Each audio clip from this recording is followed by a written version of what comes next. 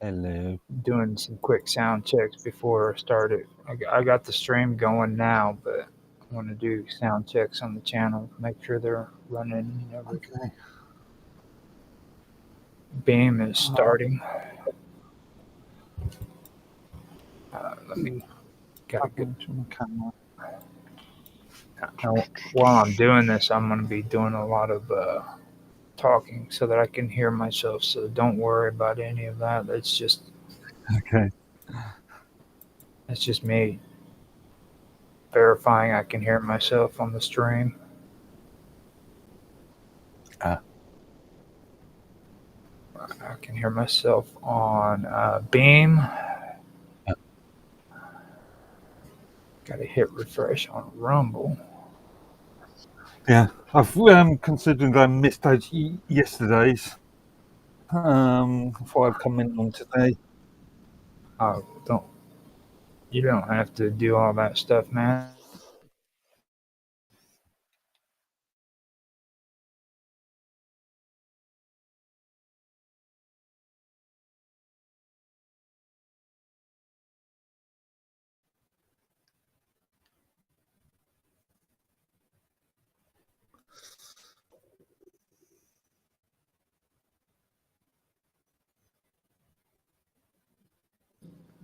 Oh. You're having issues. Okay. You disappeared for a minute. Yeah, so did you. It's okay. Rumble started up finally. I'm going through and checking all the five.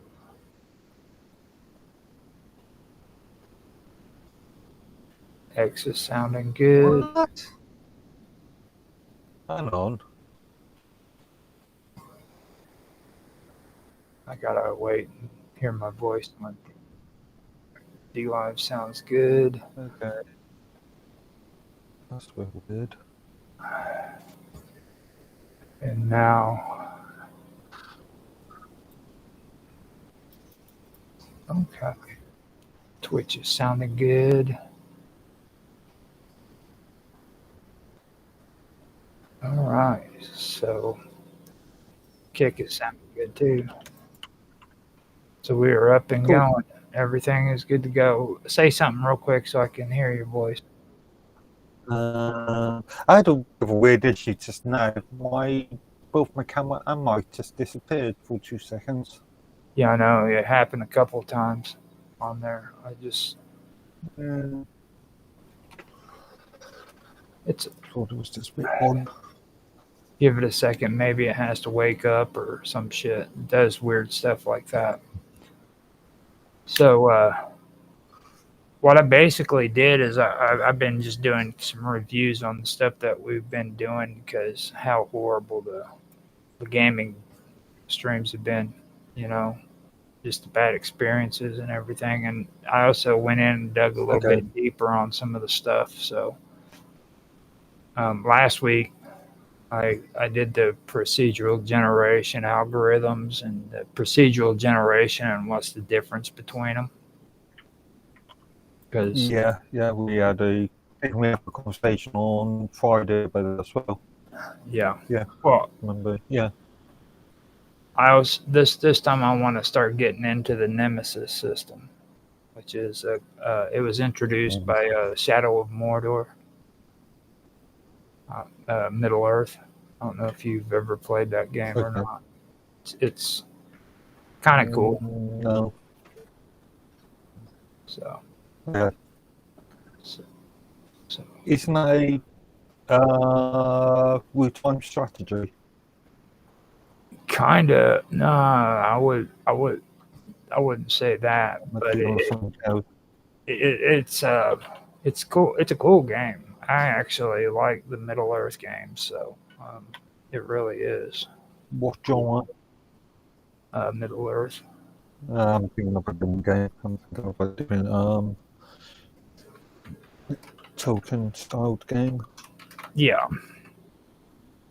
It's no, actually, yeah, I'd say that.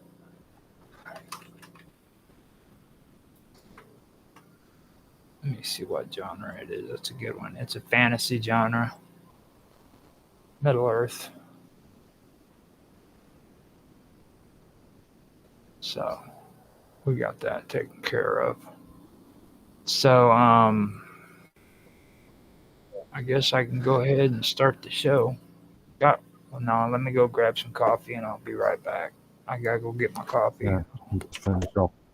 I ended up Finishing off drinking. some paperwork or something. I ended up drinking all the coffee I just Maybe. got. So I will be right back. Fair enough.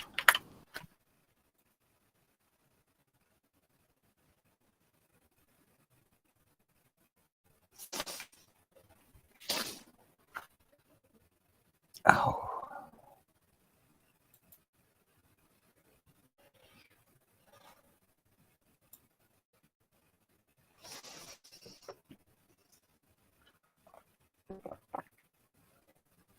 Must be eating up all my bandwidth. Okay.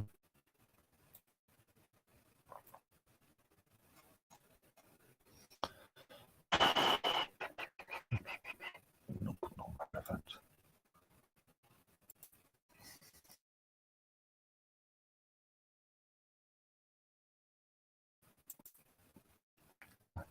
Active. God, that doesn't even make sense. Active. SC must be active from tip lines. Okay.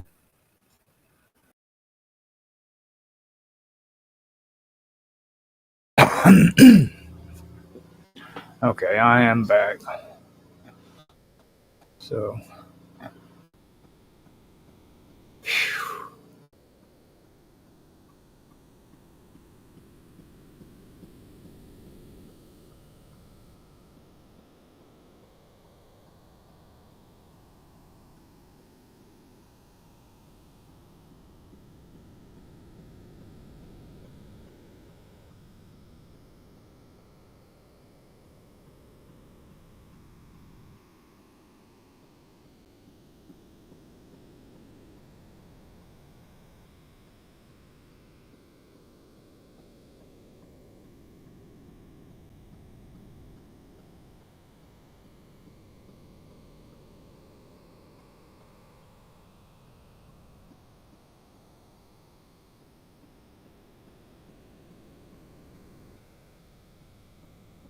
all right. I have everything set up and ready to go. I like this too because like this is actually a game that I actually enjoyed playing. I have it on my playlist if anybody ever wants to play it. But this actually is one of the best games that I've played when it comes to the somewhat newer games. So I am going to start the show and we can talk about the Nemesis system. So when Mark gets back, that's when we will get it going. Now, V said he wanted to come in and be a part of the show, but he doesn't seem to be anywhere at the moment. So there's a good chance he's not going to make it. If he wants to show up in the middle of the stream, it's fine. Um, we can do that, but right now I'm waiting for Mark to get done with whatever he's doing, and I will continue with the show, and we will get it started. Now, kind of debating too on if maybe we should go back and talk a little bit about this algorithm thing because that was something that me and Mark had discussed last Friday actually about procedural generation, and it really is a interesting conversation piece to be honest. Um,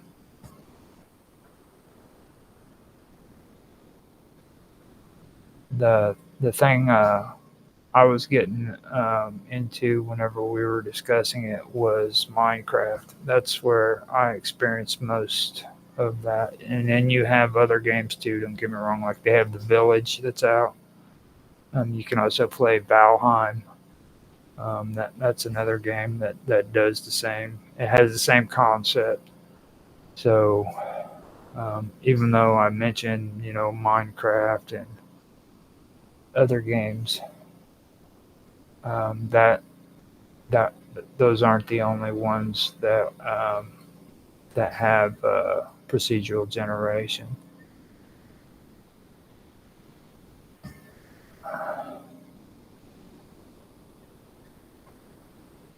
So let me double check, see if Mark's come back from his vacation, his sabbatical. That's what I'm saying, man. It it's the coffee. The coffee is important. All right, since I already did the audio check, I should just go on back into my studio on Beam, and that way I can keep an eye on the chat and see if anybody's coming in on chat for Beam. Got 3 people on Rumble who's watching at the moment, and I'd like to also thank David MP5 on D Live. He's on chat. Thanks for supporting me, man. I appreciate that. I believe you also started following me on there. That's I appreciate that, man. It's hard to get people to freaking follow you on D Live. So when you get them, it's a big deal. So thank you. Okay, we've got 2 viewers on Twitch. One of them's probably me. And we got 1 viewer that's on Kick. So everything's going good so far. I'm gonna go ahead and start the show because Mark's being lazy. He's falling asleep on the job. I still want to find out what's behind that curtain too, because we had an interesting conversation on Friday, and now I'm curious about the curtain that's behind him. So, with that being said, I'm going to go ahead and I'll hold off on the whole part of procedural generation, and I will just start out with Nemesis system. So here we go. Hello, everybody, and welcome back to another episode of Gaming with Infamous. I'm Infamous OG 1973. You can find me on Rumble, Beam, X, D Live, Twitch, Kick, and other platforms. I usually go by Infamous Gaming with Infamous on Discord, and I also go by Gaming with Infamous on Skype as well. You can find me on those VoIPs. I also have something set up on Elements as well, but that has to do with Live with Roger Hansen, which I do also have on all of those platforms as well. That doesn't pertain to gaming or anything of that nature. Now, with that being said, I want to get back into some of the topics that we were discussing last week. Or not get back into them. I want to move on from where we're at. Last time when I had my episodes, I was talking about procedural generation and algorithms, procedural generation algorithms. Now, after that, I wanted to move on to the Nemesis system. And the Nemesis system is a game mechanic that was introduced by Middle Earth, Shadow of Mordor, back in 2014. And it later featured it. Hey, what's up, Mark? But it later featured it in its sequel, Middle Earth: Shadow of War, which was in 2017. And it was developed by Monolith Productions. Now, the the thing that's unique about the Nemesis system is that it's a dynamic system that focuses on like the interaction between the player and the enemies they face. Okay. Okay. So like when you're what it basically does is it creates like a personalized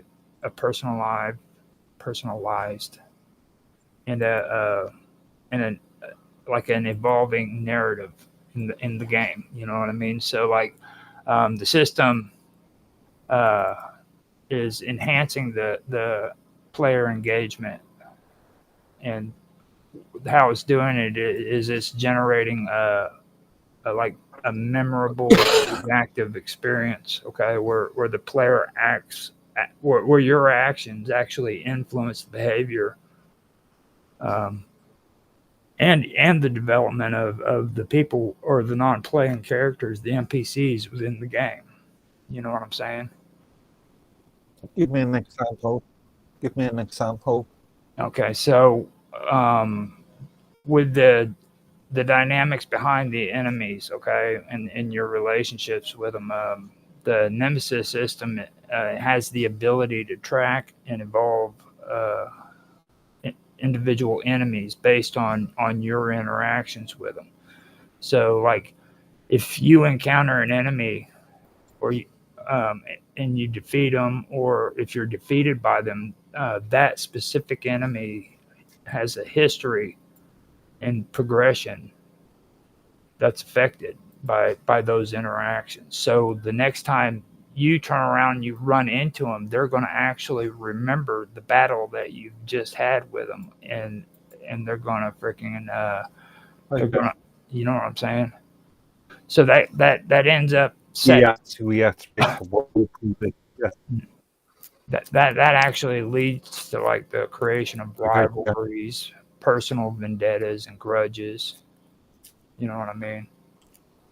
And it's tracked across the game. So no matter where you're at, freaking that character is always going to remember you.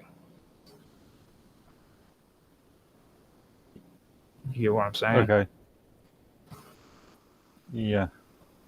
So So if you've been aggressive in your previous game, then you will remember that and we'll try to counter that. yeah, and like Yeah.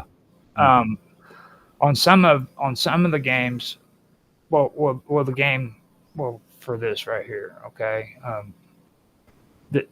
When it comes to playing freaking Middle Earth: Shadow of Mordor, I played that one, okay, and it was really interesting because like when I would fight an enemy and I got defeated by him, whenever I went back to fight him again, he always remembered me, and he had some smart ass freaking comment to say. Okay. You know what I mean? Like, and not all of them were like different every single time. He'd sometimes say the same thing, you know, over again. But he would always he would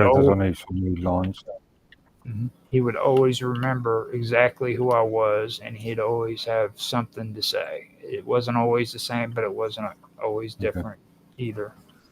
So now the whole well, the core of the Nemesis program is its ability to track and evolve like individual enemies based on the player's interactions. You know what I mean? And if the player encounters an enemy and he defeats him, or he's defeated by him, like I said, you know, the enemy's history and progression are affected either by you beating them or you freaking losing to them. Now, enemies in the Nemesis program have like also have like distinctive personalities. You know what I mean? And they've got certain strengths and weaknesses, and they even have their own story and stuff. Like whenever I was playing the Shadows of Mordor, there was only like for the bosses, there was only like a specific way that you could defeat these guys. You know what I'm saying? You couldn't go in there and do it Well, actually, you could defeat them hand to hand, but they had weaknesses where if you were able to use like say one of the orcs had a fear of freaking fear of fire, okay, and Okay. he was around a fire and you blew it up, that orc would turn green and get scared and run. You know what I mean? This big badass orc would just turn Mm. into a coward and run like a chicken. So that was something that was really really cool that I thought was a part of the game as well. So I don't know. It was Okay. Yeah, that makes sense.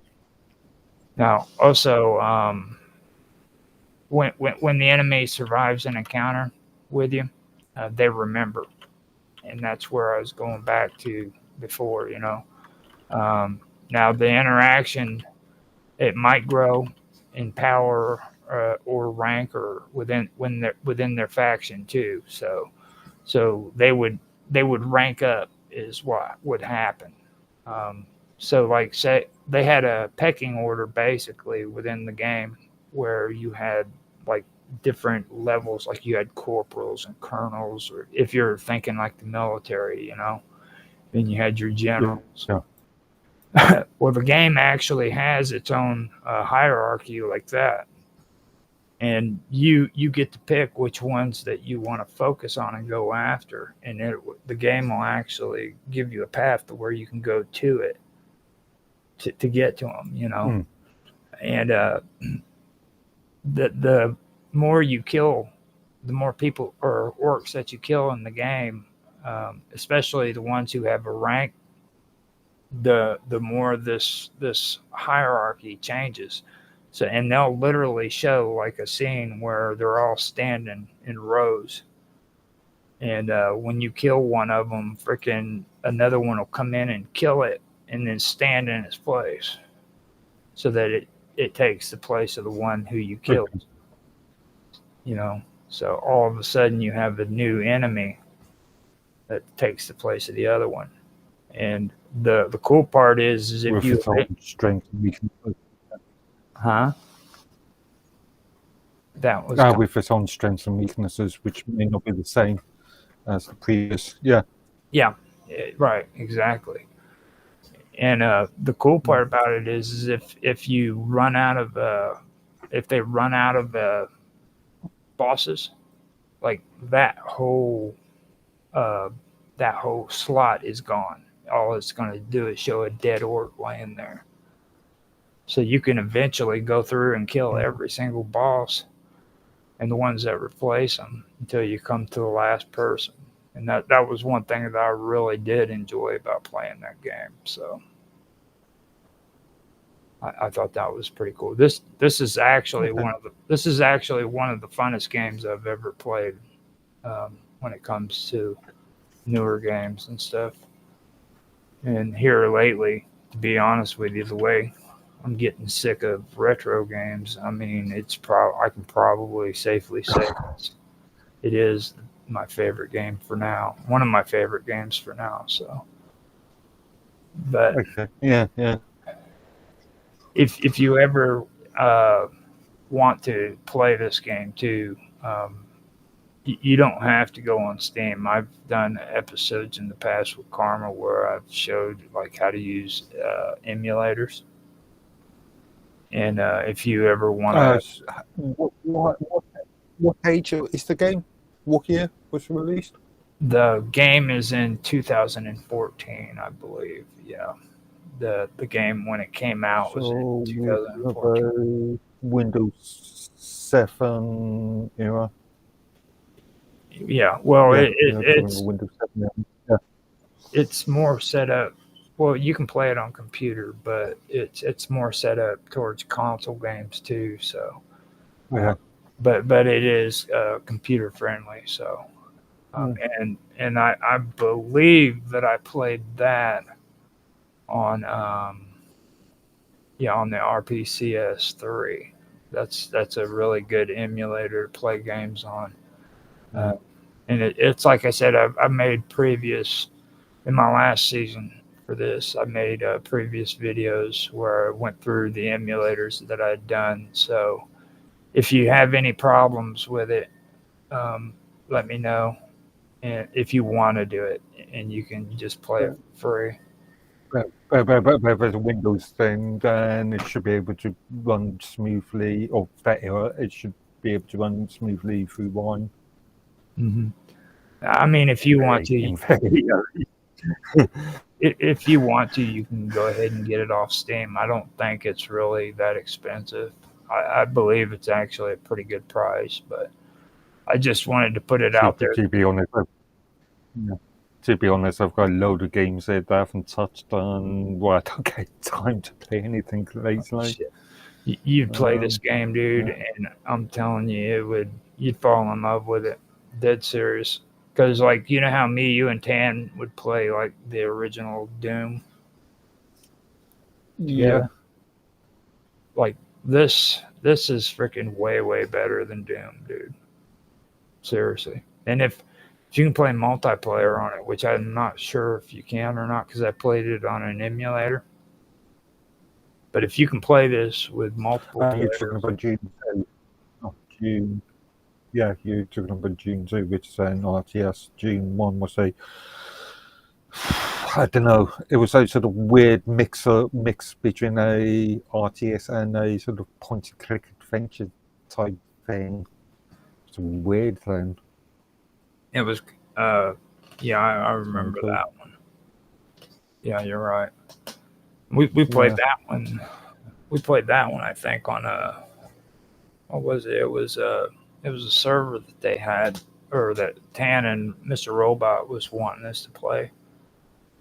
So they're playing the original Dune on an Amiga. I think I had the actual. I purchased the box because obviously back then it was all box done games, and if I remember rightly, it was one of those games that came with a massive paper-based manual. You know, you remember back in the day when you could get games with a manual that thick. Yeah, I used to love it. My last one that I got, well, I've said it before, but it was Mortal Kombat 3. That was when they came out with the run button, and I fell in love with the run button, but you had to know the secret codes in order to do it in the combos. You know, that's when they first started coming out with combos.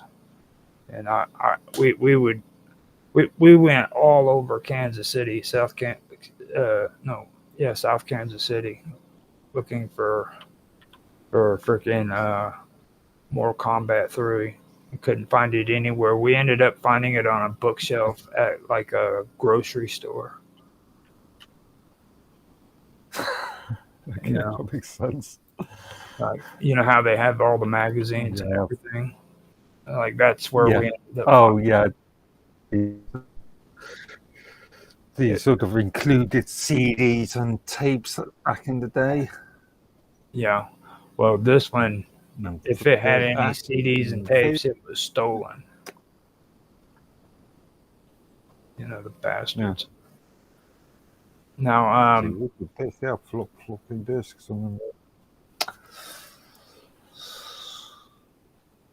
Now, in the Revenge and Rivalry thing too, one of the most notable aspects for like this Nemesis program is its way of handling the revenge. Okay, now if a player is killed by an enemy, and that enemy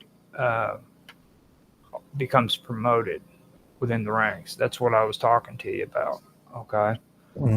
And their appearance and their demeanor and their power, like you said, could change. You know what I mean? And that's what happens with it.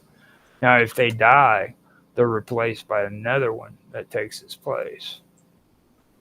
They might even taunt you when they encounter you again. They'll say smart-ass remarks like I was talking about, or say that they're so happy to finish the job they just started. You know what I mean, or some shit like that. So it creates a really personal kind of narrative between you in the game. You know what I mean? It's kind of a form of revenge. You know what I mean? So it does make it a lot better. Now, with the whole thing about the hierarchy and the faction systems too, like enemies in Shadow of Mordor are set up like the other game that I haven't played yet, but I want to play it. It's called the Shadow of War, and they belong to that hierarchy or ranks, like I was telling you, and they're all a part of they're all part of factions. Okay, and this is supposed to be kind of like the orcs in Mordor that I played, but I believe there's more people or more, not people, but characters other than orcs now in this new one. I haven't been able to play Shadow of War yet. So, but basically, like as the enemies rise to the ranks, they gain like new abilities and strengths and also new weapons. And this is all done through this Nemesis system that the game has, and it allows like these ranks to shift. And they're supposed to be done dynamically, and this is based on the player's action. So, like a low-ranking enemy could rise to power if they kill the player. You know what I mean? You have some poor smuck out there who got lucky and killed you, and all of a sudden he's a general. You know what I mean? So because in this game you're like surrounded by 20 freaking orcs, man, and you have to fight them, which they give you the option to parry and then strike. So you start getting really good at freaking fighting with the parry button and then striking, but then there's some little asshole with a bow that has no rank whatsoever and kills you by shooting you in the head. You know, from way over there. Indeed, you know? yeah. And it pisses you off, but it also freaking makes the game more interesting. That was the thing that I really made me mad. Don't get me wrong, but it really got me fired up, and that's what I think games should do. You know what I mean? It should make it to where you're excited to actually play the game, and you get mad at the players that you're playing against. So that's Make it challenging, yeah. Yeah. Yeah. One thing I do not hate about, especially modern games, is all the handheld holding. This is why I prefer games like Morrowind over Skyrim and Oblivion. Morrowind, you were just given a written set of instructions, directions, whereas in the latter Elder Scrolls games, there's always sort of arrow marks and pointers where you've got to go. Yeah. So it gives you the chance to think. Yeah. Now you know you can get a map though in Morrowind, right? But you have to get the book for it. Yeah. But you've got a challenge to actually get to that. Right. You have to actually work at finding the book so that you can have a map. And that's the way they do it in Minecraft. So I try to stay away from that shit. That's why Morrowind has like because I'm gonna say it again, okay?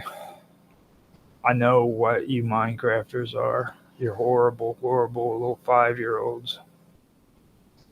And I ain't got no problem with talking. I've only played Minecraft once for about half an hour. It's the players that are about 30 bad. minutes. It's the players that are so bad. Like you hang out with gamers, man. Gamers are cool as hell, all right? But when you go into the world of Minecraft, all right, you have these little freaking griefers. That's what they call them. They're little griefers. They're little 6-year-olds. Okay? And they get on there and they talk smack to you and they treat you like shit, dude. And it's bad enough that freaking they're like 6 years old, you know, but you get to the point where you want to just smack them around and talk cuss words to them all the time, you know? And I'm like, nah, dude, I am not doing that shit. You know, I feel bad when I'm with my nephews and nieces and they were young and freaking they were killing me at freaking, you know, games like freaking Modern Warfare. Like my nephew could kill me with a Bowie knife. You know, and it'd make me so mad, and I'd freaking finally say a cuss word and shit, and I felt bad about it. And then they conned me into trying Minecraft, and that was even worse than freaking Modern Warfare because now you have like a whole army of 6-year-olds that do the same shit. You know, so and it's not cool being in your. It's not cool being in your 30s and having like 10-year-old kids freaking and talking shit to you. You know what I mean? It's not cool because you feel defenseless. But Morrowind kind of reminds me of Minecraft because of that. The only issue I had with the old version of Morrowind was like when you opened doors and you went through it, like there was a good chance you could get stuck in the door. So you had to be careful. You remember that?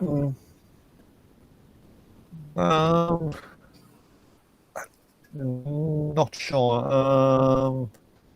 Probably not versions I played because I think it was a earlier release. I know they had a couple 2 DLCs that they actually added patches to.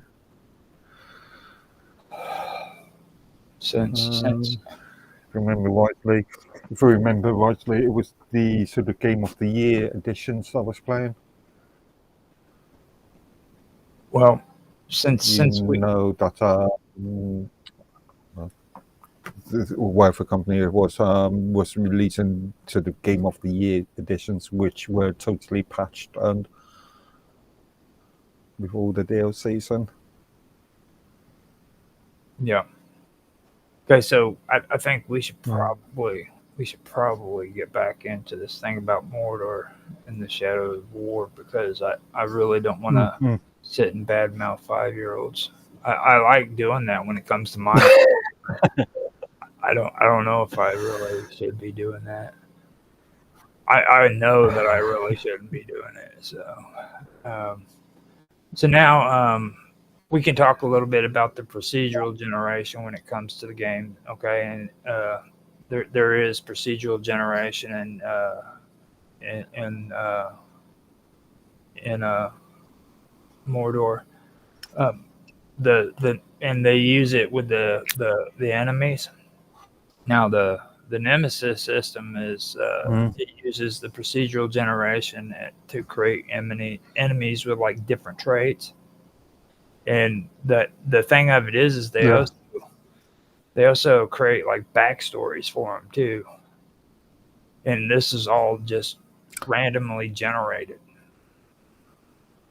Now, for me personally, I mean, when I went over procedural generation, there could be good points to it, and then there could be bad points. You know what I mean? Like overdoing like the randomness, like too much randomness. Because like there are games where I've seen that where they get into that too much and like generating different terrains and stuff. You'll see a lot of problems they have. Well, like in Minecraft, you know, where it's real repetitive and kind of generic. So that was that was something that I did see in that. And that's I've seen that. Now, I mean, with what we were talking about on Friday, I know I was debating on getting into that conversation before I started talking about this, but I mean, this is probably a good time to start talking about it. You know what I mean?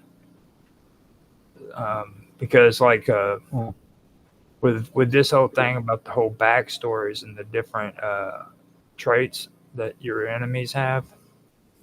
This means that while the game story and the settings all remain fixed, the enemies that you face, they're generated on the fly and with like random characteristics and stuff, you know. Um, and that's what they do. They do this procedurally. They also assign names and personalities and stuff like that, and like they'll even have like unique scars and marks that like is supposed to reflect like past encounters with you and stuff. So like if you beat them in a battle and freaking they have a scar on their face that's caused from it, it'll stay on there.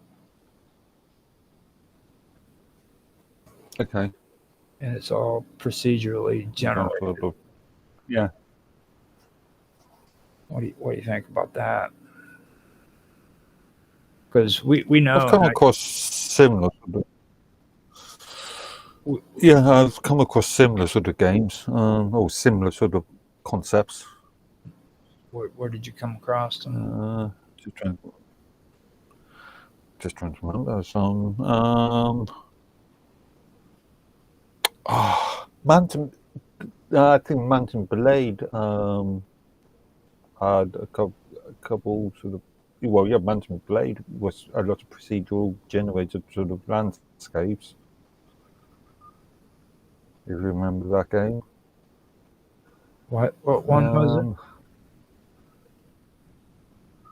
Mount and Blade. No, Mountain Play.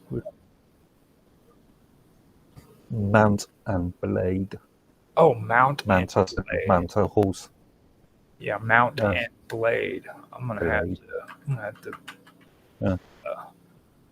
have to Google that. This is probably one of those really, really old games too, isn't it? Oh no, this is actually not overly old. Yeah, this is relatively new for our generation. Mountain Blade game, PC and UHD. That's cool. No, I haven't played this one. A game. Not very much of a plot, but it's just sort of civilizations crossed with what was the war first person sort of view war games? Can't think of any. Shogun. No, but yeah, it was a civilization crossed with sort of military tactics sort of thing. Mm-hmm. What I'll medieval military tactics. I'll pull a link in, or I'll put a link in the chat. That way, if anybody wants to find the search results for it, they can. That actually does look kind of cool. If you're into the older games, that does look kind of cool. I'll check that out later. Because, but does it do the interactions like we were talking about, where it actually remembers you and then like stuff like that? Not as clever as what you've been mentioning about on a sort of very conceptual idea, yeah. Mm-hmm. Now, like on Mordor, if you like kill the enemy's usually removed from the game, but like say the enemy escapes or it defeats you in battle, it'll remember you later on. Now, does that game do that, where it actually remembers you during the game?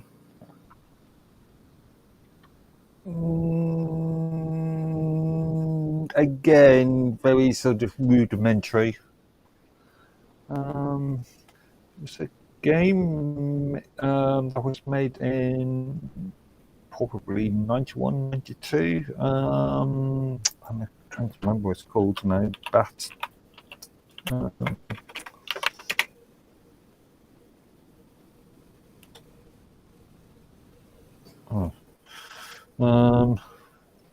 What's the game called? My internet. I think really slow. Yeah. BAT. BAT2. The Koshan conspiracy, which was a sort of I don't know where you would describe it. So again, one of these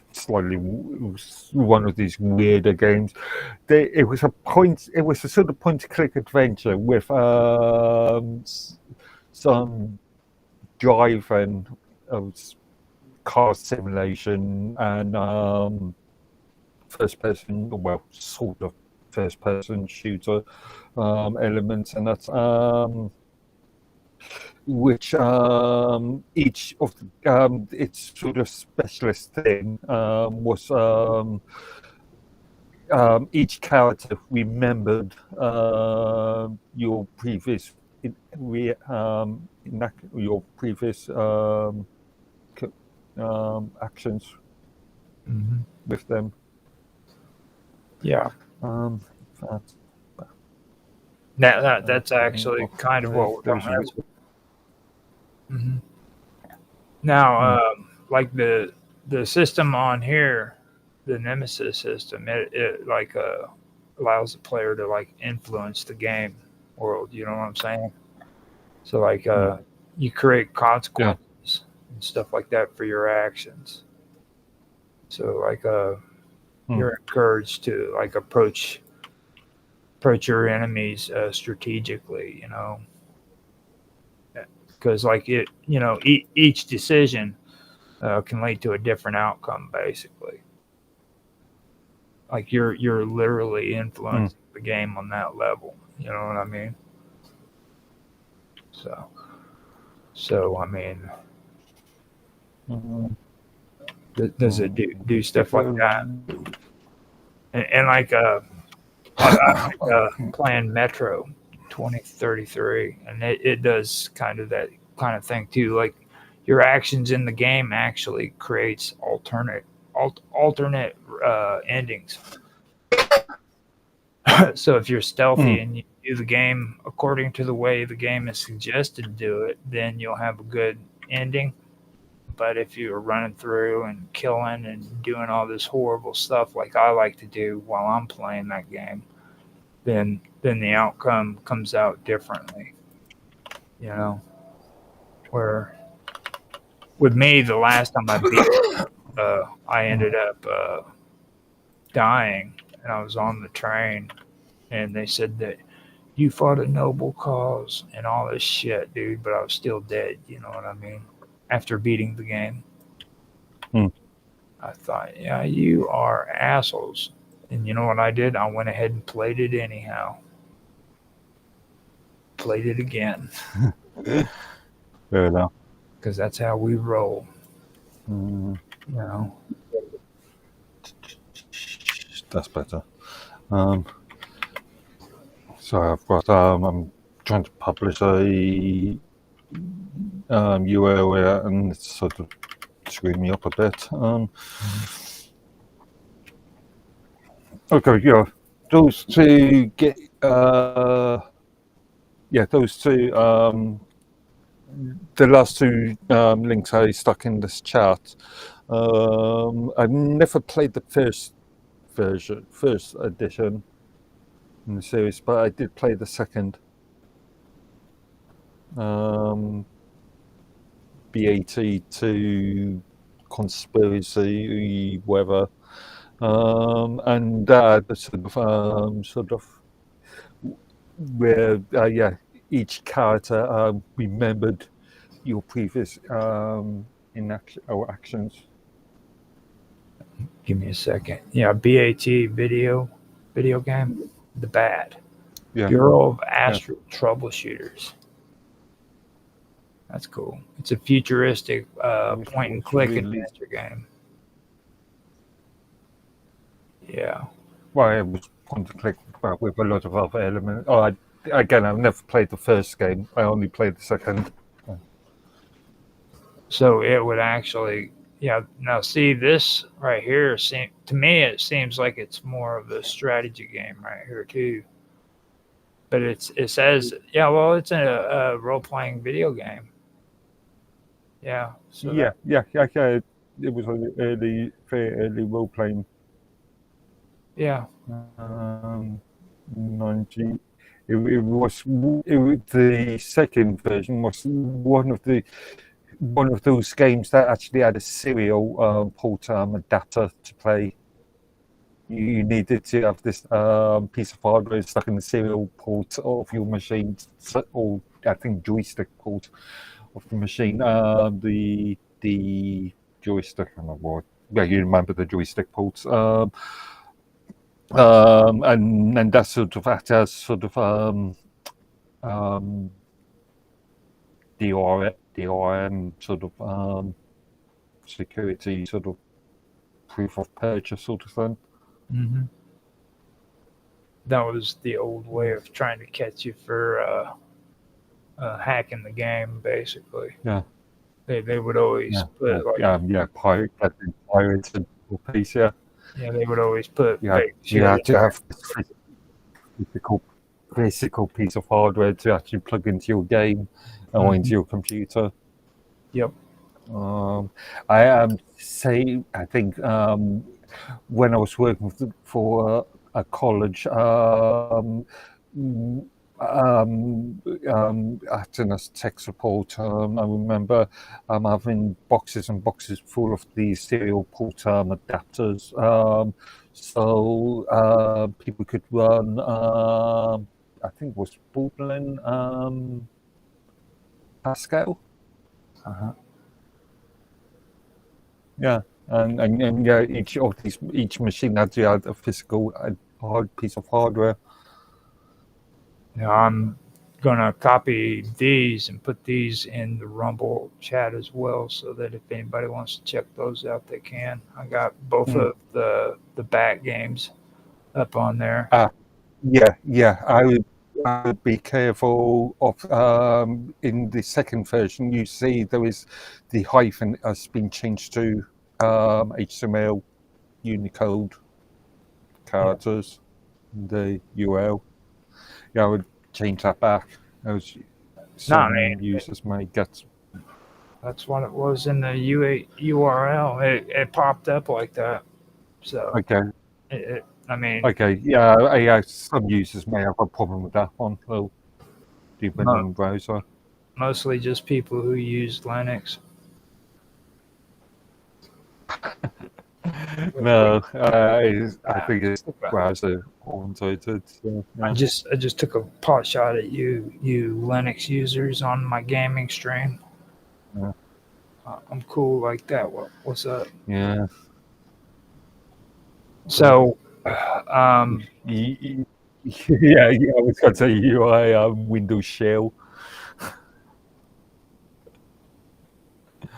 now, just so everybody knows too, like I've been talking about the Nemesis game, and don't get me wrong, even though it's been like praised and stuff for the system it has, it is only limited to the Shadow of Mordor and the Shadow of War.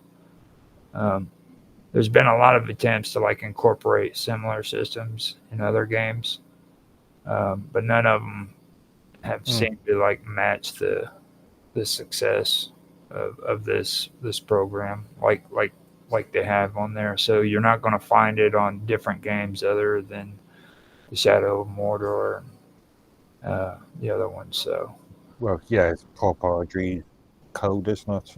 It's code owned by whoever developed the game. yeah, well, I mean, It's not going to be released for. it's sparked the attention of the gaming community, though. I mean, there's a lot of people who are wanting to incorporate that into different games. Um, and like Mm. its possible future and stuff and how it's going to be used in games, especially when it comes to like open world and RPG genres. That's the one Mm. thing that that uh that's a big deal for them. You know what I mean? Now, like in recent years too, um, there's also been like legal controversies that's involved with the Nemesis program, and it's actually become like a point of legal interest too. Um, like Monolith Productions are the ones who patent the Nemesis system, and that led to some controversy within the gaming community. The patent's existence, it's led to a lot of discussion about the role of patents, basically. You know what I mean? Now, Yeah. in the game, Does Monolith still exist? huh? Does Monolith still exist as a individual company, or has it been eaten up by EA Games or something? To be honest with you, I could not tell you about that. I could probably Google that and find out. Monolith. Yeah. Well, yeah, just go to Monolith's Monolith Wikipedia entry. Games. Now, that's actually a good question. No, the company's been a subsidiary of Warner Brothers since August of 2004. So yeah, it's actually a part of Warner Brothers now. AOL Warner Brothers. AOL Warner. Yeah. I can't remember what the actual name of the company it's called. But yeah. Now, like I said, when it comes to it, it's been a lot of discussion about the role of patents in the gaming industry. You know, especially in the relationship to like gameplay mechanics and stuff. Which in the gaming community, they're widely considered like to be, you know, a part of a common gaming, well, you know, like a lexicon, I guess you could say. And that's something that they're bringing up with it, you know, because it's really causing a big conversation on that whole thing when it comes to patents and patent laws. This raises like concerns about how game mechanics should be treated in terms of like intellectual property and stuff of that nature. So, because depending on the license of the code. Well, I mean, this is why I always go on to YouTube, software licenses and so forth. The way these gaming companies have been doing stuff, though, it really a lot of the stuff like that you talk about, and like when it comes to patents and everything, they really don't, or they never really have played by those rules. You know what I mean? Now they've had to contend with copyright infringement and stuff like that when they're developing their games. But other than that, like they never like got all crazy about how the freaking gaming mechanics, gameplay mechanics and everything were considered when it came to like patents and freaking intellectual property and stuff. So that was. I mean, I was just thinking, wasn't it an argument with I think Bethesda's Oblivion Day and Night cycle, and you know where you saw characters go off to bed in the evenings, and there was an entire legal dispute about that, wasn't there? No, I believe you're right when it comes to that. I think that caused a lot of issues, because wasn't that when they were talking about too, where they wanted to sync it up to like real time, so that when you're like playing the game, freaking it would actually show it as nighttime when it's night outside, according to like the weather and shit. Yeah. Time of day. Yeah. And characters reacted depending on the time of the day. You'd see characters sit down and have breakfast at 8 o'clock in the morning or something, Yeah, I remember that. and go off to work at night. Yeah, It's it was quite that was quite revolutionary for Bethesda. How they implemented that mechanic yeah. at the time. Now with me, I kind of like this Nemesis system because like it changes the whole traditional experience for like the combat in games. You know what I mean? Um, that's the one thing that really did stick out for me. You know, um, it changed. You know, like the whole meaning when it came to like each battle and stuff. You know, so like whenever I went in to do a battle with somebody, they were always different characters and they had different characteristics in the way that they were, you know. And there were even like enemies that where they were facing off against one another, and I had to frickin' like kill one of them. So I got to choose which one I hated the most, you know. But And yeah.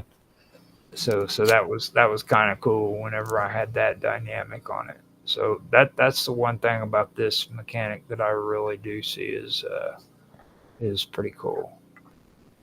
I think it's probably one of the most. Just create more. I was going to say, it just creates more replayability because no two games are exactly the same. Right.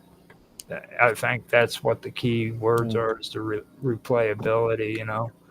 Um, now, I just think it's a compelling feature. You know, and it's probably going to take off if they don't have any more issues when it comes to copyright and patents and stuff like that.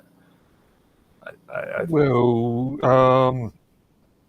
what was it? I think I've seen a modification for either Skyrim or Fallout 4 that's related to so-called artificial intelligence, where characters sort of have a life of their own based on, and can respond to you based upon previous sort of encounters.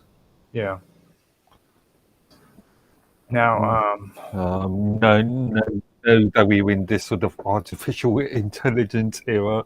I can sort of see, yeah, you know my views. I can sort of see, especially when it comes to RPGs, we're going to see a lot more sort of thing. yeah, that's what I said on the. Not so much, not I so actually, linear. I actually mentioned that on the last episode that I did for this, and it's like would I know how you feel about this stuff, you know, but no matter how much this stuff makes you sick, I mean, you just have to admit that it's here, you know.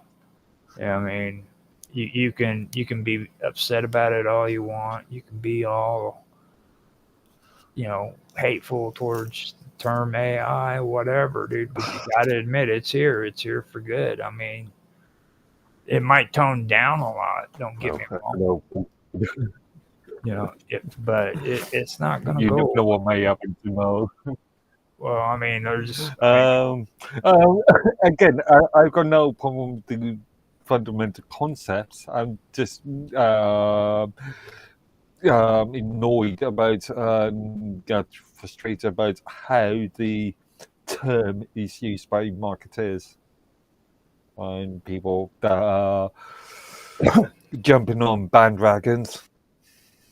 well, I mean, we the thing of it is now like this can open up to a lot of good conversation here. Like maybe make about another half an hour's worth of conversation. We could start talking about deep learning deep learning super sampling, for example, DLL, DLSS.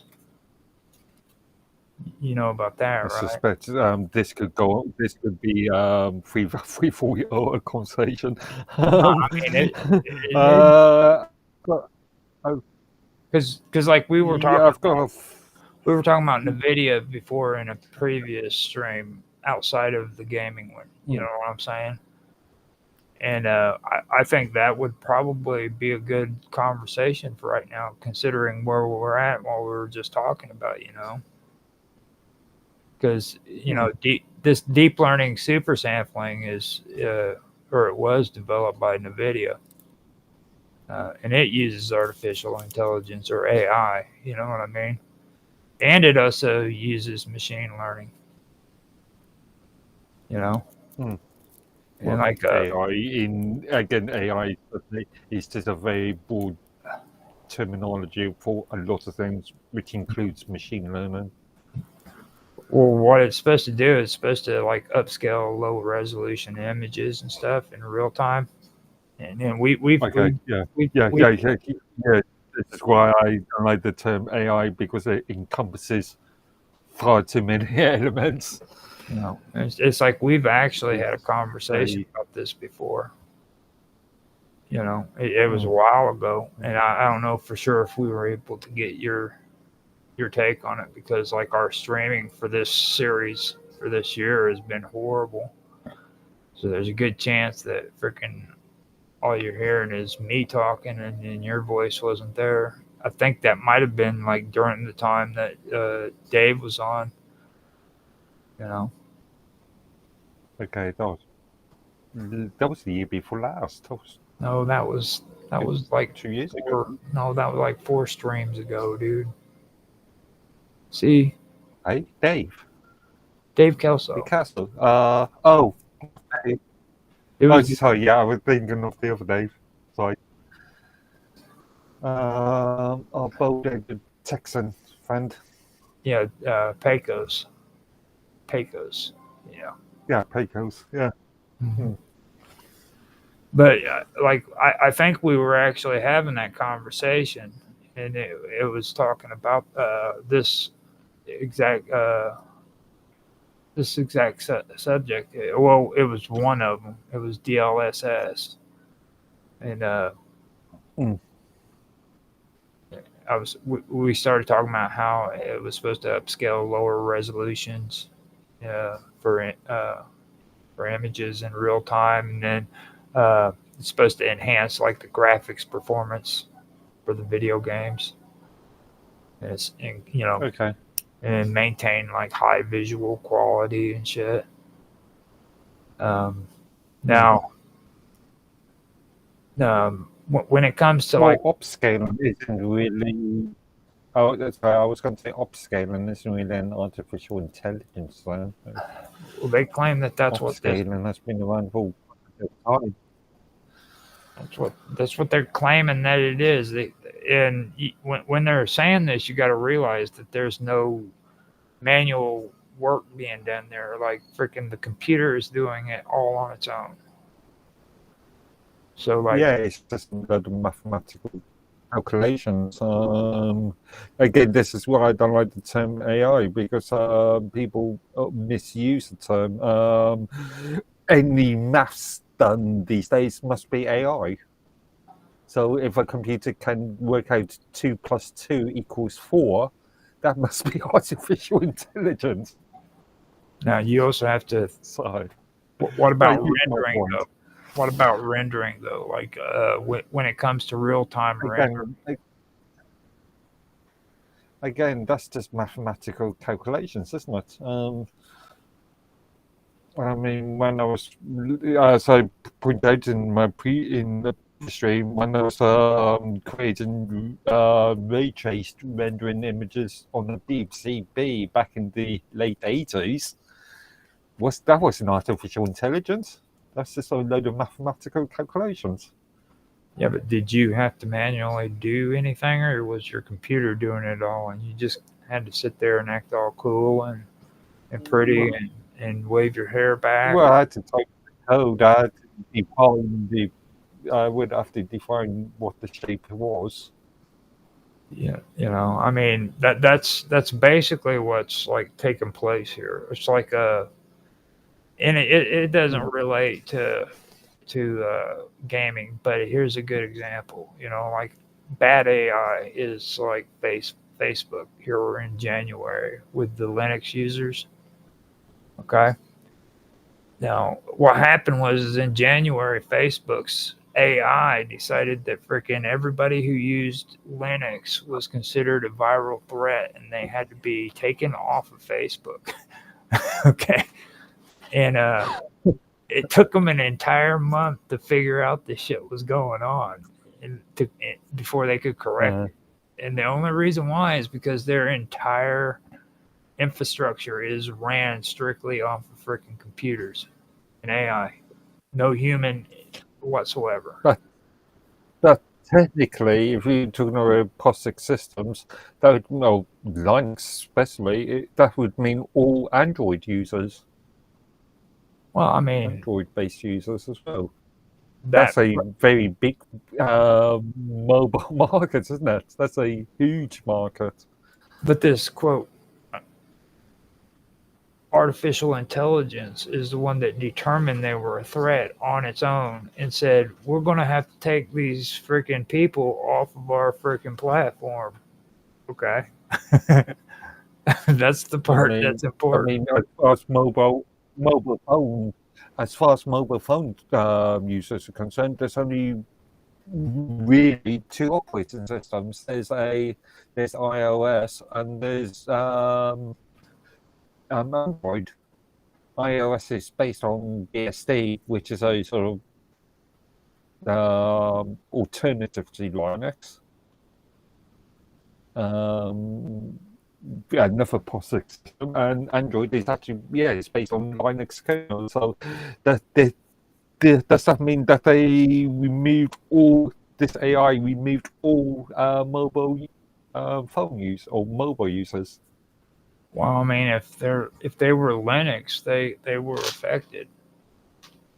Android, which is the biggest.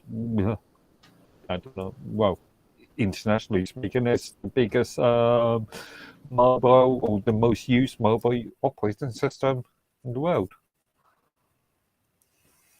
Now, also, if we're going to be talking about DLSS, and I've already pointed out it's a part of NVIDIA, but after that, if we're going to be talking about it, we're going to have to talk about RTX. It's the RTX line when it comes to graphics cards. Have you ever dealt with or heard anything about the RTX line?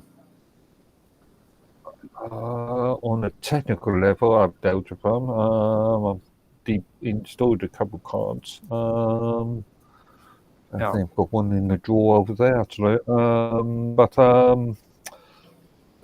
I've not really done any sort of major research into their sort of marketing and now see, more controversial. This is where Tan needs to step up his game, because he was talking about this before, and he never wants to show up for any of my gaming streams. But this has to do with the tensor cores and stuff. Remember on Minds Roundtable, he was talking about wanting to get into the whole subject about tensor, and tensor is a part of this RTX line when it comes to these graphic cards and stuff. So these cores, they're basically designed specifically for AI processing. And so NPUs, APUs, NPUs. Well, it's a key element in DLSS. It's a key element. Okay. Before, you know what I mean? You have lower resolution rendering and stuff like that. Yeah. So what it is the process begins by rendering the game at a lower resolution than what the display is capable of. You know what I mean? Mm.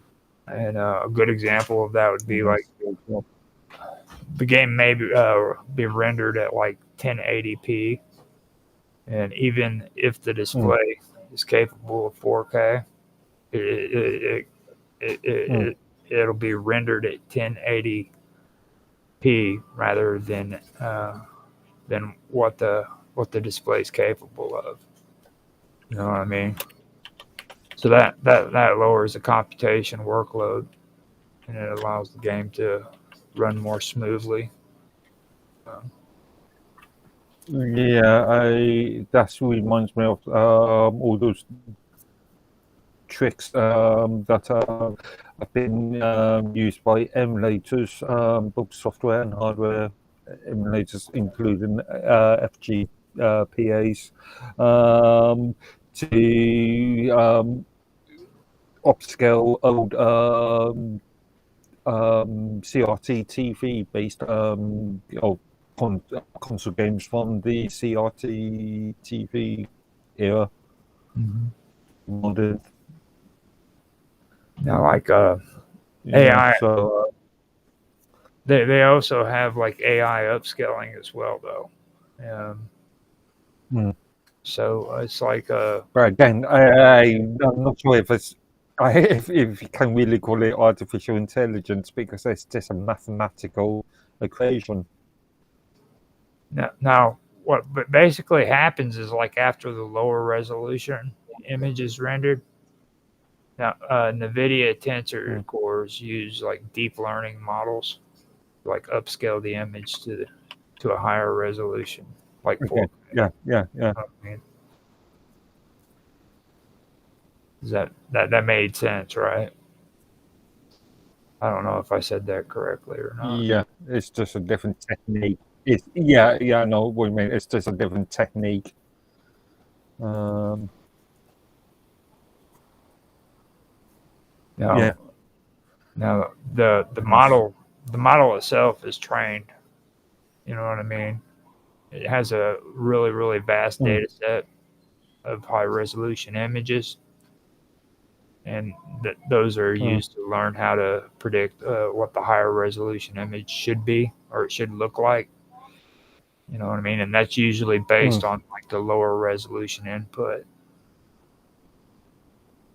So it's really interesting, and this is what these AIs are doing in well, the AI is doing in real time. It's not like happening over like Mm. a period of time. It's happening right then and there. Mm. You know. Reminds me of when I've done image editing and need to upscale images from one size to another size. Hmm. And you've got things like I'm a main GIMP user, and GIMP has got a couple interesting mathematical equations on how to upscale images. And then It's got about 3 or 4 different techniques. the real crazy part about it is not just does it upscale it, but it also reconstructs.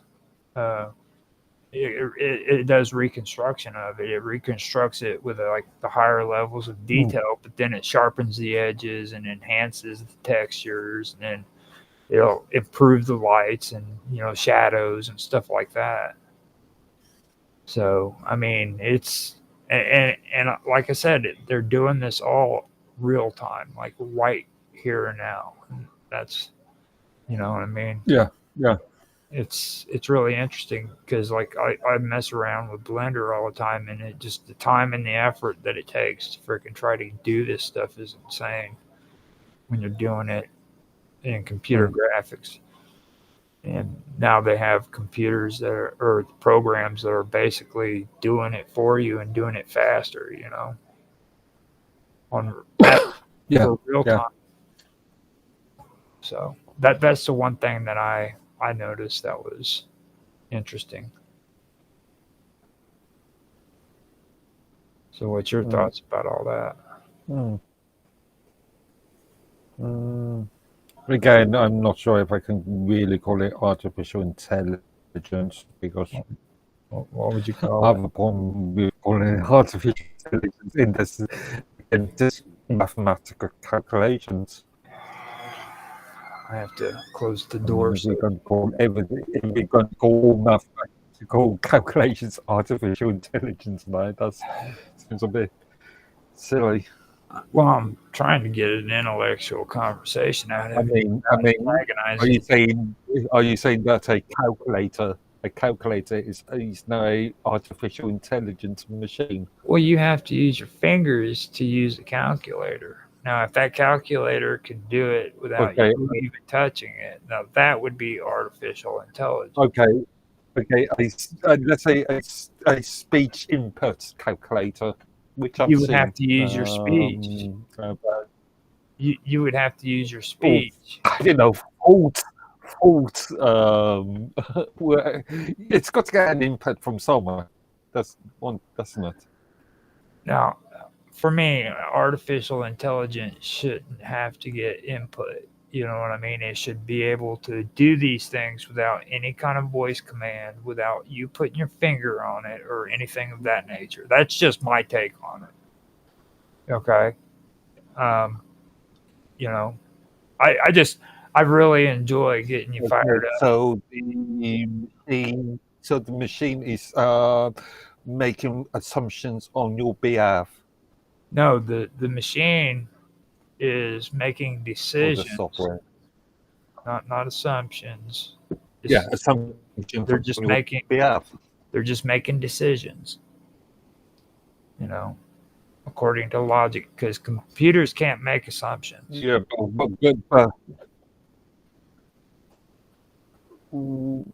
They can lie to make a you. decision on your behalf. Okay, assumption. Now they can lie to you, but I have my theories on that. Uh, I think the AIs are lying to us because it's programmed to lie by the people who are developing the AI. You know. Precisely. I was going back over. You remember that Minds post that the staff published last week? Uh, No, well, we talked about it on Friday, and one of the comments in there was related to this. Somebody asked, "Is this artificial intelligence chatbot biased?"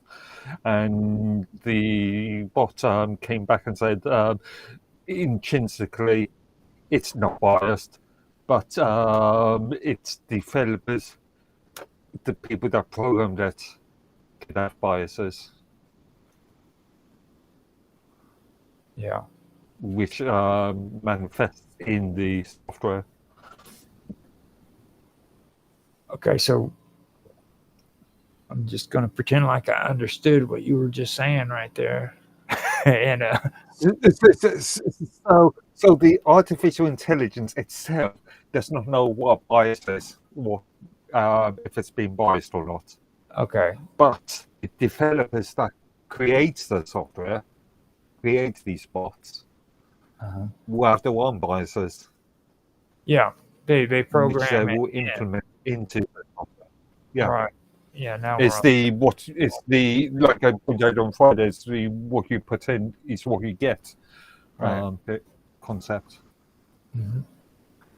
Now, one thing I do want to ask you though, because it's like I do want to ask you, um, now, is it significant when it comes to benefits, okay, of using the DLSS when it comes to like frame rates, okay, like for example, like rendering a game at a lower resolution and then upscaling it. Now, the DLSS reduces the strain on the GPU. You know what I mean? Now, And this is usually so helpful for like gamers using high resolution displays like 4K, or they're yeah, playing demanding a game that typically pushes the limits of the graphics performance or graphical performance. You know what I mean? So, do you think in that aspect that it's actually a benefit? I'm not overly familiar with the underpinning of what was the technology you just mentioned? DLSS. That's what Tensor. The yeah. I'm unfamiliar with the underpinnings of that technology, but I presume it's a combination of GPU and APU. Then both processing units are working in tandem. If that makes sense. It kind of does. It really does. As long as we have it on stream and it's recorded that you said that stuff, that's what's important. Because I mean, Okay. you know, just as long as you said it and we have it documented, then all is good. Okay. Because now, But you understand my point. It's yes, not just one processing unit itself. It's a combination of multiple different multiple chipsets working together. right. And you also have to remember that it's doing this stuff to millions, maybe even billions of computers all at once, or millions, I should say, worldwide. You know what I mean? So this is like really, really. Is it though? Because isn't it client based? Isn't it a piece of hardware that is inside the actual client's device? No, It's not server based. no. This Oh, is it could be. It could be, it could, depending on how how the software is running and how it's been implemented. But because obviously my machine will not be on a similar scale as your machine. right now. The thing is that's where we're talking about. We're talking about these freaking towers. We're talking about these places that are set up with this the- these uh, these devices, I guess you could say. You know what I mean? Or the this setup, and they're working on your computer, freaking while you're playing the game, reducing your resolution and stuff for Yeah, you from another location. yeah. So it's client based. It's client based rather than server based architecture. So it's not affecting millions of machines. It's just affecting your machine alone. As well as million machines, but in a different Right, way. yeah. Other people work the same software, granted, but it's intrinsically it's just controlling the hardware inside the machine itself. It's inbuilt into the machine, Right. into the client's machine. Now, and plus, like they're talking about, this stuff is also being put out to where it's more compatible with telephones, even. You know what I mean? So it's not, or with phones. It's not even just computers and consoles. Yeah, Like they're doing this on computer or phones and mobile devices. You know, so that's something that's even yeah. more interesting when you stop and think about it. Now, now, also another thing that Just, uh, sorry, I was just on that note. Doesn't in Apple's M2 line processors, don't they use APUs in that? I don't really get too familiar with Apple, to be honest with you, because Apple just I'm not sucks. sure. Apple is like maybe Apple is like maybe one scale up, just a little bit higher than what Linux is.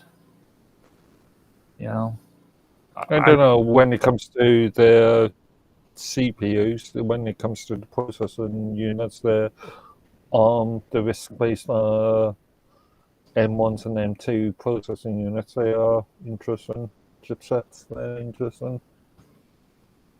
now They also make claims that like DLSS is supposed to be really good when it comes to like playing games with ray tracing. Okay. That's another thing that they talk about. Now I've seen ray tracing whenever my son was living with me, and he would always show it. And then I've told you about how me and him had conversations about it, and how I found out about it. Mm. Like, and that was something that happened like maybe 2.5 years ago, where I started seeing the games and how they did that. But now they're saying like DLSS is supposed to be really important when it comes to freaking games with ray tracing. It's supposed to simulate like realistic Okay. lighting and shadows and then reflections. So if you're looking down at Again, I'm not sure if that's. Not really sure if that's artificial intelligence. Well, sorry, artificial intelligence, because as I pointed out to you, I was doing ray tracing back in the 80s, and you remember TV programs like Babylon 5, the science fiction of the early 90s. That was those ray tracing ideas were being produced using Commodore Amiga video toaster hardware. Yeah, but what about freaking frame rates? When you were doing that, did you lose frame rates? Well, obviously, because I was using BBC B at the time back in the 80s, we're talking about a good hour, 2 hours for it to render. And see, this is where DLSS compensates. It compensates for yeah, but we're talking about the 8-bit generation, and we're talking about machines that only were running at 5 megahertz. We aren't talking about modern sort of machines. Oh, so now you're backtracking. That's like the British politician. I'm not back. I'm not backtracking. I'm just saying that there is this is a critical threat. Now, in today's world, you still lose frame rates by having to use ray tracing. I mean, that does happen. I've not come across any. I've not come across any projects that use ray tracing. Not that I really look at that sort of thing. Right, that's more of a game these days, but that's more of a gaming kind of setup. But it does happen. I suppose on my computer, just looking for my thing, I've got a computer game called X4 Foundations, created by Eaglesoft, which is a sort of space simulation RTS sort of thing, and that uses ray tracing for sort of light sources on metal and stuff. Mm-hmm. Now on the GPUs too, I actually was wrong about that, because like they're talking more about the RTX 20 and stuff that people are using for GPUs in their computers too. So when you were talking about it being in the actual computer, that is actually what was being discussed. Because I stopped talking about it. It would be a benefit, DLSS would be, if you were looking at the GPU and the workload, and how it helps reduce. That's why I wouldn't like to call it artificial intelligence, because again, it's just a mathematical equation that the processor is doing. And that's, I can't really justify calling that artificial intelligence. Well, I know that they've released like a quite a few versions of DLSS. Like they have Okay. Yeah. DLSS Yeah. 1, they've got DLSS 2. I think they have 3. Yeah, I think they do. I think they have DLSS 3.0 and stuff like that. But this is all from NVIDIA, and like they the RTX I believe is now up to like RTX 40 series when it comes to GPUs. Yeah. You know? So that's not that I really take very much notice of that side of the industry. I know that's pretty new age for an old dinosaur like you. Like you're old school. What's the enterprise? He said, what's the enterprise use case for this? What's enterprise? What you kind of went out there. I can actually think of a couple. Yeah, I can actually think of a couple enterprise use cases for this sort of technology, such as in three-dimensional computer-aided design. Yeah. Duh. Think about it. Yeah. I was having conversations with my son James about this stuff, just me using freaking computer graphics on Blender. You know what I mean? Like, I agree with you. Yeah, good example. You know, and the stuff has been around for years. But yeah, I completely agree with you on that. You know, I think that's the one thing that people have a hard time believing. I was talking to somebody some time ago and talking about there's an old PC software called Povray, Povray, and which is a rendering a ray tracing package that dates back from the early 90s, and I checked that I think it was last year, and I was surprised that it's still being maintained as a open source project, or better still, a project that you may be familiar with, a project called Lightwave.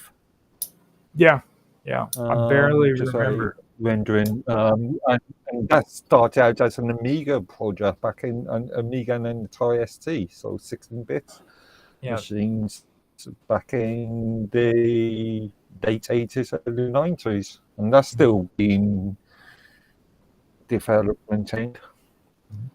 Now, later on, man, because I don't want this. I don't want this to be like too much of a sales pitch, because I know how that annoys you. Later on, I want to come back and start getting more into like just specifically tensor cores and talking about that. Now, I did want to mention a few games though that I have checked out to tell people what kind of games are using DLSS, just so they know.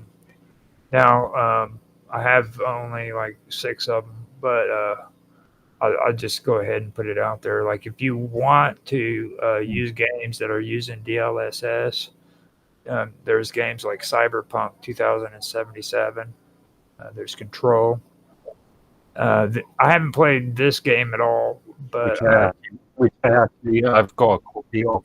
I got a copy just before Christmas, and I've yet to play or have that time to even look at it really. Which one? Cyberpunk? I only briefly looked at it for by yeah. Cyberpunk 2077.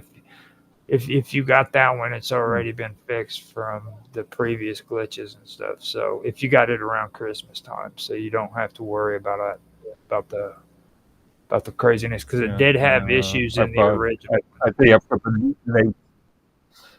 I've got the latest version 2.0.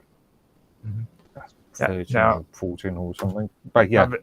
The next game that I'm gonna say I haven't played it yet, but I've heard a lot of good things about it. It's called The Shadow of the Tomb Raider. I don't know if you've heard that. Okay. But they have that one, and then there's I think I've come across. um, now after that you have Battlefield V or Battlefield 5. I don't know why I said V. Well, it says V, but it's Battlefield 5. Yeah. I Yeah. I'm not really cool with Battlefield because it's just like there's just way too much freaking fighting going on. You know what I mean? Like when you go in there, um, there's like shitloads, massive amount of people on there. You know what I mean? And you die like 5 seconds after you go on there. You know what I mean? So yeah. I'm not a big fan of first person shooters per se. I say per se because I'm thinking of games like Deus Ex, which is more of an RPG plus first person shooter elements. But I'm not a big fan of first person shooters generally, and I'm absolutely not a fan of multiplayer first person shooters.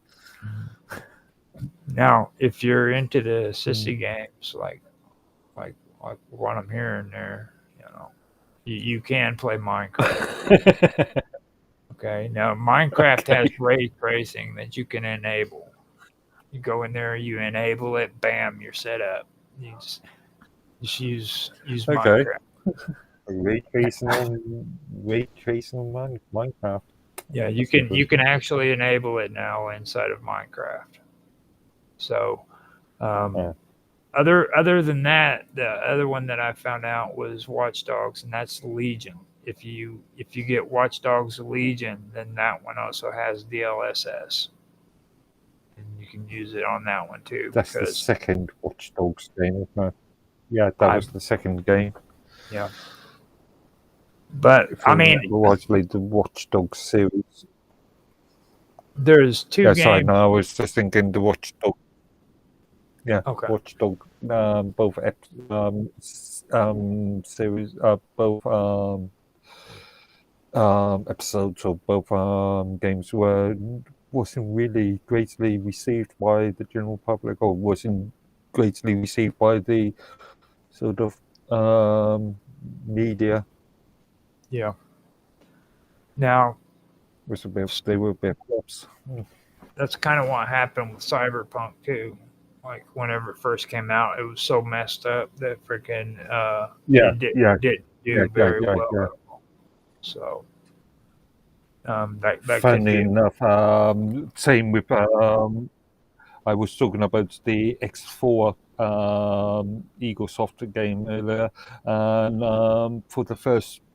And it was originally released, I think, 2017, 2018, and for the first 2 years it was a buggy mess, and they've been releasing add-ons and DLCs and patches for it. Even now, they are planning to release a new patch for it in the summer, I believe, and they've been releasing upgrades for it, I think 1 per year. Yeah, and that's something that I had a problem with when it came to Baldur's Gate, because this new Baldur's Gate that came out, I mean, it took them forever before they could get that game out of freaking beta. And like my nephew Jacob, he was freaking playing the game before it was ever freaking put out, because they gave you offers to where you could play it before it was released, you know. And that's how how they would come up with these games, and that's how they're doing it now, and they don't realize that that's just producing like shit games, you know what I mean? And I've got my I remember rightly, in relation to possibly Minds Chat, the new version of Minds Chat, in the Minds Canaries chat room, I was talking about. I pointed out to Bill that I was not a big fan. I'm not a big fan of. I think it was Tan actually. I'm not a big fan of the sort of early release concept being pushed onto regular consumers. Right. And I point out that we've seen this a lot in the gaming sort of mark industry, where publishers will release these games before they're really being fully both tested and fully developed, and we'll expect people to pay full price for these games. And in most cases, you will see patches and improvements being rolled out over a period of time. But in other cases,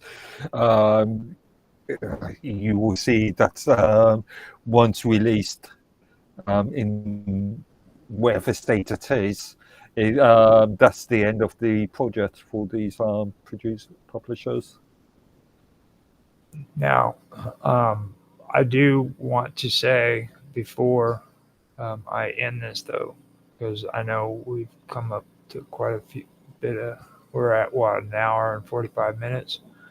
I do want to say thanks to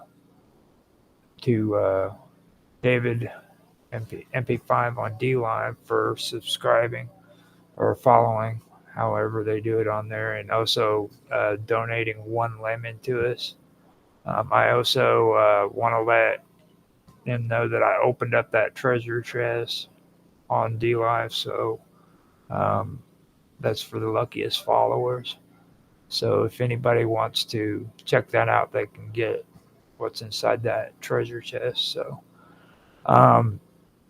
now, before we get off here, I want to let you kind of give everybody a little bit of a background about yourself, Mark, because like I've been lacking on allowing people to actually hear where you're at and what you're involved in. First of all, let people know what your background consists of, because they need to know that you're in my background, well, is very dumb actually. I have been in the IT industry for 30 years now. I'm feeling it.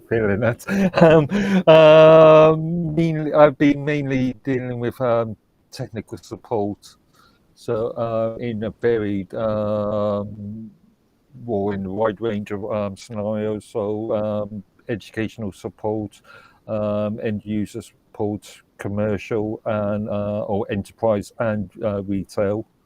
Done some. I spent a good 7 years doing web development, mainly creating e-commerce sites back in the 2000s. But yeah, general a bit of project management and a few other things, but mainly technical support and network administration stroke deployment.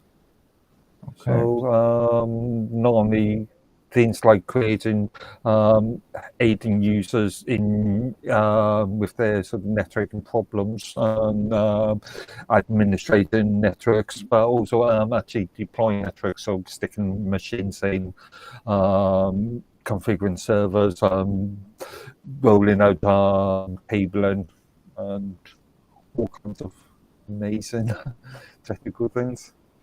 Okay, so that now that we've got that, tell everybody where they can find you. Sure, yeah. Really, it's on one platform. It's Minds.com. So that'd be Minds.com/Medworthy. So Medworthy. Good.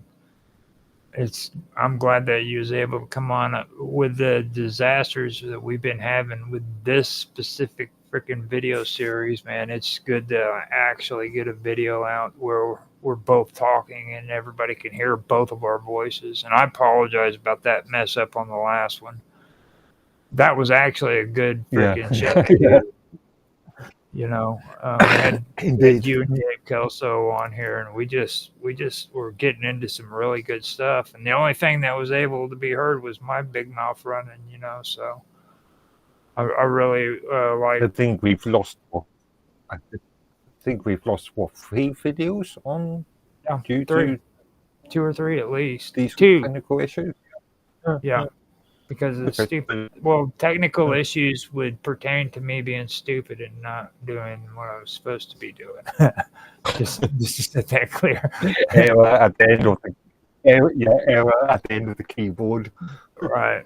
It was just like the other day, Naroki talked about streaming for like 60 minutes or 90 minutes and had it on mute. And I was like, welcome, Naroki. Your streaming cherry just got popped, dude. You know what I mean? Because that's what we do. We make stupid mistakes. And Mm. So with that being said, I'm going to end the stream. We've come to an hour and 50 minutes in stream time. I think that'll compensate for the extra time that we had setting up and all that. And I want to again thank Dave MP5 on DLive for following us as well as donating a lemon. Thank everybody over on freaking Rumble who's been watching. We've had between 2 and 3 viewers, so thank you guys for being there. For you guys who didn't watch, fuck all y'all. Fuck y'all. And with that, I'll say have a good day and good night or whatever. I will talk to you later.